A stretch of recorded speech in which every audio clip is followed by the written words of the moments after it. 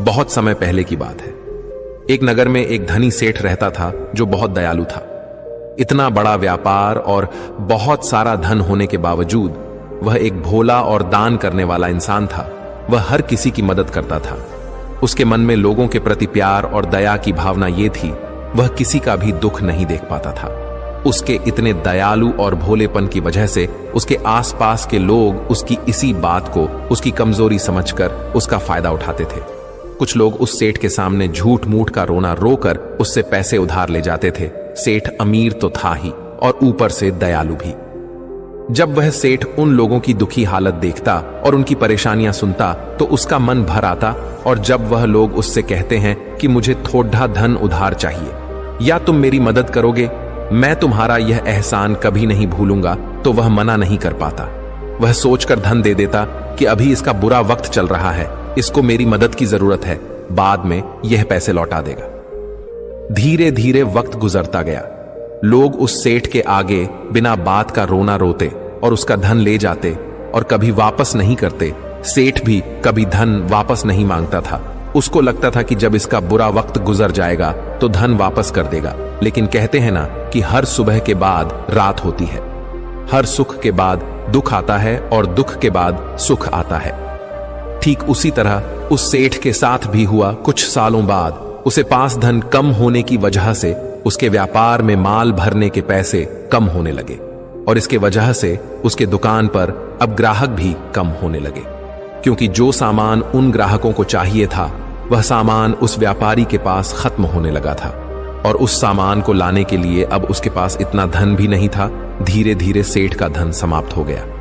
एक समय था जब वह सेठ अपने नगर के अमीर लोगों में आता था, पर आज उसके पास पैसे नहीं थे। ऊपर से ढेर सारा कर्ज उसे बाजार से लेना पड़ा। उसे समझ नहीं आ रहा था कि वह क्या करे। उसने महात्मा बुद्ध के बड़े चर्चे सुन रखे थे। उसे यह पता था कि उसके बहुत मित्रों ने उनके पास जाकर अपने जीवन के लिए सही मार्गदर्शन लिए है और वह जो ज्ञान देते हैं वह काफी जिंदगियां सुधार चुका है। उसने निश्चय किया कि अब तथागत गौतम बुद्ध ही उनकी समस्या का हल बताएंगे। यही सोचकर वह अगले दिन गौतम बुद्ध से मिलने निकल पड़ता है। वहां जाकर बुद्ध को प्रणाम करते हैं। फिर सेठ गौतम बुद्ध से कहता है, मुझे मेरी समस्या का निवारण चाहिए। बुद्ध कहते हैं, पूछो, क्या पूछना है। फिर वह उन्हें सारी बातें बताता है कि कैसे वह लोगों की मदद करके अमीर से गरीब हो गया, कैसे उसने बस लोगों की बुरी हालत देखकर अपने व्यापार के पैसे उन्हें मदद करने के लिए दे दिए और आज वह खुद जरूरतमंद हो गया है। गौतम बुद्ध उसकी सारी बातें ध्यान से सुनते हैं और कहते हैं कि तुम बहुत ही ज्यादा सीधे और दयालु हो। जरूरत से ज्यादा सीधा होना भी हमारे लिए मुसीबत पैदा कर सकता है। आगे बुद्ध कहते हैं, तुम लोगों की मदद इसलिए करते थे ताकि वो मुसीबत से बाहर निकल सके, लेकिन लोगों ने इसका फायदा उठाया और तुम्हें ठगने का काम करते रहे बाए। उस सेठ ने कहा, आप बिल्कुल सही कह रहे हैं बुद्ध। मेरे दुखों का कारण मेरा ज्यादा सीधा होना, सरल होना और दयावान होना ही लग रहा है, लेकिन मैं अब क्या करूं? मुझे रास्ता बताइए। क्या मैं बुरा बन जाऊं, दया निकालकर फेंक दूं, निर्दयी हो जाऊं? क्या अच्छाई करने की कोई कीमत नहीं? इस दुनिया में क्या मदद करने से या किसी का भला करने से बस यही परिणाम मिलता है? बुद्ध कहते हैं, नहीं, तुम्हें यह सब नहीं करना है। कई बार तुमने देखा होगा कि जो व्यक्ति ज्यादा अच्छा होता है उसे उतना ही ज्यादा दुख मिलता है। इसका सीधा कारण है कि वह अपने अधिकारों को सामने वाले की इच्छाओं से कम दर्जा देता है और फिर उसे जब भी आपसी अनबन होती है तो उसे अधिक तकलीफ होती है। लेकिन उसी के विपरीत हमें हमेशा यह भी नहीं सोचना चाहिए कि हमारा अच्छा ई और भला करना बेकार है या यह बस हमारी कमजोरी है। हमें अच्छा इसे हाथ कभी नहीं छोड़ना चाहिए। हमें बस यह सीखना है कि कभी कभी हमें भी अपनी बात रखने का अधिकार है और हमें अपने अधिकारों की रक्षा करनी चाहिए। इसलिए हमें अच्छे इंसान बने रहने के साथ साथ अपने अधिकारों की रक्षा करना भी सीखना होगा। अगर हमें गलत तरीके से नुकसान हो रहा है, कोई हमारा गलत फायदा उठा रहा है, तो हमें उसका सामना करने के लिए सही तरीके से खड़े होना जरूरी है। यही एक सच्चे और अच्छे इंसान की पहचान और शख्सियत होती है। वह आदमी कहता है, बुद्ध मुझे थोड़ा थोड़ा समझ आ रहा है, लेकिन अभी भी मैं पूरी तरह नहीं समझा। इस पर बुद्ध कहते हैं, चलो मैं तुम्हें एक कहानी सुनाता हूं। उसके बाद तुम्हें समझ आ जाएगा कि तुम्हें क्या करना है और क्या नहीं करना है। बहुत समय पहले की बात है। एक जंगल में एक भेड़ रहती थी। उस भेड़ ने एक को जन्म दिया। वह मेमना बहुत ही सुंदर था। उसके शरीर पर बहुत ही चमकदार घने बाल थे। वह बहुत ही सुंदर लगता था। भेड़ भी अपने से बहुत प्रेम करती थी और उसका बहुत अच्छे से देखभाल भी करती थी। भेड़ अपने बेटे को अच्छी अच्छी बातें सिखाती, उसे अच्छे संस्कार देती। उस भेड़ की इच्छा थी कि उसका बेटा बड़ा होकर खूब नाम रोशन करे। लेकिन भेड़ के ज्यादा लाड़ प्यार के कारण मेमना बिगड़ता जा रहा था। उसकी मां उसे अच्छी शिक्षा देती थी, उसे अच्छे से रखती थी, दिन रात उसका पूरा ख्याल रखती थी। लेकिन मेमना दिन प्रतिदिन शैतान और जिद्दी होता चला गया। वह अपनी मां की किसी भी बात को ध्यान से नहीं सुनता और ना ही किसी बात पर ध्यान देता। उसे हर पल ऐसा ही लगता कि मेरी मां मेरा इतना ख्याल रखती है और इसी कारण वह खुद की जिम्मेदारी नहीं लेता था, ये सोचकर कि उसकी मां उसे किसी भी संकट से निकाल लेगी। वह धीरे धीरे गैर जिम्मेदार होता जा रहा था और अब उस भेड़ का लाड़ और प्यार उसी के मेमने के अच्छे और जिम्मेदार बनने में रुकावट बन गई थी। फिर एक दिन वह मेमना घूमता घूमता पास के जंगल में जा पहुंचा। वह मेमना पहली बार जंगल में गया था। उससे पहले बार जंगल में जान का मौका मिला था। वह जंगल की सुंदरता को देखकर चकित रह गया। उसने कभी इतनी सुंदर चीज नहीं देखी थी। इतनी सुंदर पौधे, रंग बिरंगे फूलों को देखकर बहुत ही प्रशंसा हुई। उसे ये सब देखकर बहुत अच्छा लगा। फिर उसने झांकियों के कुछ पत्तियां खाई। जैसे ही उसने पेट भरने के लिए पेड़ों की पत्तियां खाई, उसको वह पत्तियां बहुत ही स्वादिष्ट लगी। अब तो वह मेमना रोज जंगल में जाने लगा और वहां जाकर पेड़ पौधों को नुकसान पहुंचा रहा था। उसने उनकी पत्तियां तोड़ी, उनके फूलों को नोचा, फूलों को खाया और कुछ को तोड़कर जमीन पर डाल दिया। उसमें मेमने को इस बात की बिल्कुल भी परवाह नहीं थी कि वह क्या कर रहा है। उसको इस बात का पता ही नहीं था कि जंगल में कोई खतरा भी है। वो तो मस्त मौला होकर जंगल में उछल कूद कर रहा था और पौधों को खूब से नुकसान पहुंचा रहा था। लेकिन जब उस मेमने की मां को यानी उस भेड़ को इस बारे में पता चला कि मेमना हर रोज जंगल जाता है, तो वह घबरा गई और मेमने को अपने पास बुलाकर समझाने लगी कि तुम जंगल में मत जाओ, वहां पर बहुत सारे को जानवर है, तुम्हारे ऊपर हमला कर देंगे, तुम्हें खा जाएंगे। लेकिन मां की बात का उस पर कोई असर नहीं हुआ, बल्कि वह मेमना अपने माता से कहने लगा कि मां, जो भी मेरे सामने आएगा वह मुझसे जमकर मार खाएगा, फिर वह बहुत पछताएगा। इसके बाद मेमना फिर से जंगल की तरफ भाग गया। उसे अपनी माता की कही बातें झूठी लगने लगी। हर रोज की तरह उस दिन भी वह उछल कूद करने लगा और पेड़ पौधों की पत्तियां तोड़ने लगा। कभी फूलों को तोड़ता, कभी पेड़ों को खूब नुकसान पहुंचाता। लेकिन उस दिन उस जंगल में एक शेर पहुंचा। वह शेर बहुत ही ताकतवर था, लेकिन ताकतवर होने के साथ वह दयालु भी था। उस शेर का मानना था कि कमजोर प्राणियों को नुकसान पहुंचाना ठीक नहीं है।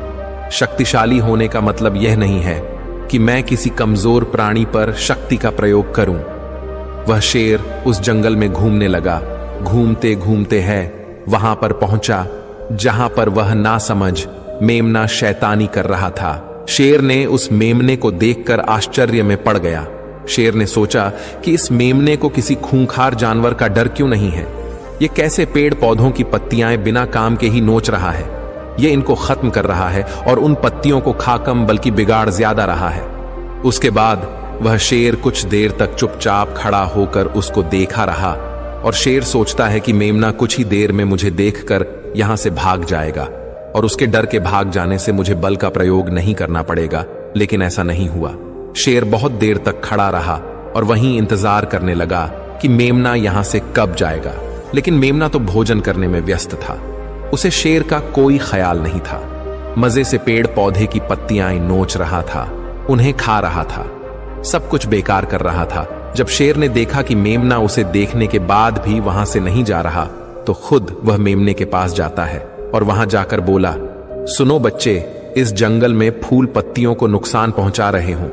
उन्हें जितना जरूरी है तुम्हारे भोजन के लिए बस उतने ही तोड़ो। तुम बहुत फूल पत्तियां यूं ही नष्ट कर रहे हो। अगर तुम इन पेड़ पौधों को, इन फूल पत्तियां को नुकसान पहुंचाओगे तो तुम अच्छे बच्चे कैसे बनोगे। अच्छे बच्चे कभी भी इस तरह जंगल में आकर पेड़ पौधों को नुकसान नहीं पहुंचाने लगते हैं। तुम्हारी मां ने तुम्हें अच्छा बच्चा नहीं बनाया।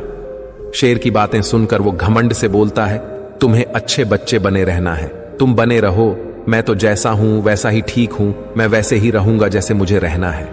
शेर हैरान हो जाता है, लेकिन फिर शेर उसे मेमने को बच्चा समझकर माफ कर देता है, क्योंकि शेर नहीं चाहता था उसे बच्चे पर हमला करना पड़े।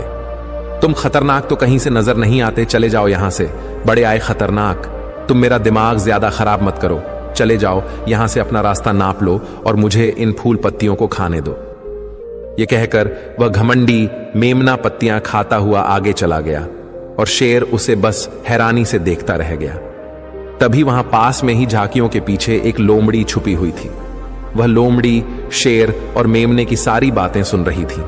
उस लोमड़ी को शेर राजा की इस तरह बेइज्जती बर्दाश्त नहीं हुई, तो वहां से झाड़ियों से निकलकर शेर के पास आ पहुंची और शेर के पास आकर बोली, क्षमा कीजिएगा महाराज, आप तो इस जंगल के महाराज हैं, इतने बलशाली हैं, आप चाहें तो इसमें को 2 मिनट में मजा चखा सकते हैं और उसे आपका अपमान करने से रोक सकते थे, फिर आपने कुछ भी क्यों नहीं किया?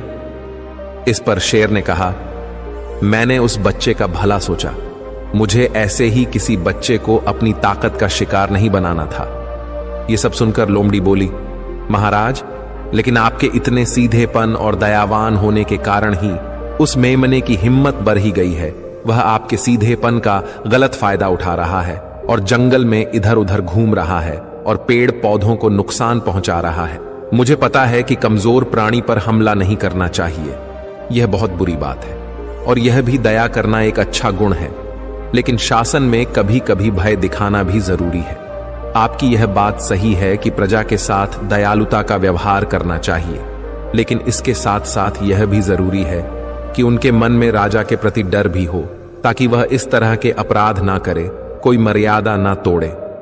लोमड़ी की बात सुनकर जंगल का राजा शेर लोमड़ी से कहता है, क्या ऐसा हो सकता है कि मेमने को भय दिखाकर हम उसे काबू में कर सके, जिससे कि उसमें सुधार आए और उस मेमने को किसी तरह का नुकसान भी न पहुंचे, जिससे कि वह जंगल के पेड़ पौधों को कोई नुकसान न पहुंचाए?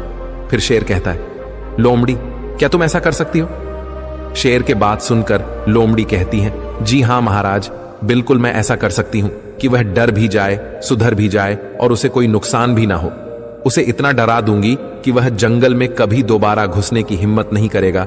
मैं उसे इस तरह डराऊंगी कि उसके मन में भय बैठ जाएगा, फिर वह जंगल के पेड़ पौधों को भी नुकसान नहीं पहुंचाएगा और साथ ही साथ मैं उसको कोई भी नुकसान नहीं पहुंचने दूंगी। फिर लोमड़ी कहती है कि उसकी मां तो उसे कभी सुधार नहीं पाई, लेकिन मैं उसे जरूर सुधार दूंगी। लोमड़ी की बातें सुनकर शेर ने बोला, अच्छा ठीक है, तुम कोशिश करके देखो, अगर तुम्हें इसमें सफलता मिल जाती है तो मैं तुम्हें जंगल के सभी जानवरों के सामने इनाम दूंगा। शेर की बातें सुनकर लोमड़ी बहुत खुश हुई। वह तुरंत मेमने के पास गई और उस पर गरज पड़ी। इससे पहले कि वह मेमना वहां से भाग पाता, उससे पहले ही लोमड़ी ने मेमने को जमीन पर पटक दिया और उसे अपने मजबूत पंजों से दबोच लिया। मेमने को दबोचने के बाद लोमड़ी मेमने से बोली कि बोल, तुझे मार दिया जाए या छोड़ दिया जाए? तुमने इस जंगल के पेड़ पौधे, यहाँ के फूल और कमजोर प्राणियों के साथ भी तो यही किया है। मेरे ख्याल में मार ही देना चाहिए। लोमड़ी की बातें सुनकर मेमना डर के मारे थर थर कांपने लगा। फिर वह लोमड़ी से बोलने लगा, मुझे माफ कर दो, मुझे छोड़ दो, मुझे यहां से जाने दो। मैं कभी भी जंगल की तरफ नहीं आऊंगा, ना ही कभी पेड़ पौधों को कोई नुकसान पहुंचा दूंगा, और अब मैं कभी कोई गलती नहीं करूंगा। तब लोमड़ी ने मेमने की पकड़ ढीली की। जैसे ही मेमने की पकड़ ढीली हुई, वह जोर जोर से भागने लगा। वह गिरता उठाता भागता हुआ अपनी मां के पास जा पहुंचा। उधर लोमड़ी शेर के पास गई और सर झुकाकर बोली, देखा महाराज, ताकत के साथ दिमाग का प्रयोग करना भी बहुत जरूरी होता है, तभी लोग हमारा सम्मान करते हैं, तभी हमारी अच्छाई का गलत फायदा नहीं उठाया जाएगा। लोमड़ी की बात सुनकर शेर लोमड़ी की योग्यता से प्रभावित हुआ। उसने लोमड़ी को सारे जानवरों के सामने इनाम दिया। उधर वह मेमना घबराए हुए अपनी मां के पास पहुंचा और अपनी मां से आकर लिपट गया और मां से क्षमा मांगने लगा। मां, मुझे क्षमा कर दो, मैंने आपकी बात कभी नहीं मानी। आप मुझे हमेशा सही कहती थी कि जंगल में बहुत खतरनाक जानवर रहते हैं। आज के बाद मैं कभी भी उसे जंगल में नहीं जाऊंगा। फिर बुद्ध उस व्यापारी को कहते हैं, देखा बेटा, इतने अच्छे मत बनो कि लोग तुम्हें खा जाएं, और ना ही इतने कड़वे बनो कि लोग तुम्हें खाए ही नहीं। जरूरत से ज्यादा अच्छा बनना इंसान को दुहक देगा। लोग उसका सम्मान नहीं करेंगे बल्कि उसे पागल समझेंगे। गौतम बुद्ध सेठ से कहते हैं, अगर शेर भी अच्छा बनने का दिखावा करेगा या फिर अच्छा बनकर रहेगा तो लोग उससे डरने की बजाय उसे पागल समझेंगे। सेठ को समझते हुए बुद्ध बोले, अगर हम ज्यादा अच्छे बनकर पेश आते हैं तो लोग हमारी अच्छाई का फायदा उठाने लगता है। तुम लोगों के लिए भले उनकी मदद करते हो, वही लोग भोले बनकर तुम्हें ठगने की कोशिश करेंगे। तुम्हें लोगों की मदद करना छोड़ना नहीं, बल्कि समस्या सुनकर उसे धन देने की बजाय उन्हें समाधान देने की कोशिश करो। अगर धन की आवश्यकता पड़े तो थोड़ा बहुत धन दे सकते हो, लेकिन हर समस्या का समाधान धन से करने की वजह निवारण से करो। इससे वही लोग तुम्हारे पास समस्या लेकर आएंगे जिनको हकीकत में दिक्कत है। पैसे ठगने वालों से तुम्हें मुक्ति मिल जाएगी। सेठ बुद्ध को प्रणाम करता है और धन्यवाद कहकर वहां से चला जाता है। फिर वह वैसा ही करता है जैसा बुद्ध बताते हैं और कुछ ही सालों में वह पहले जैसा धनवान बन जाता है।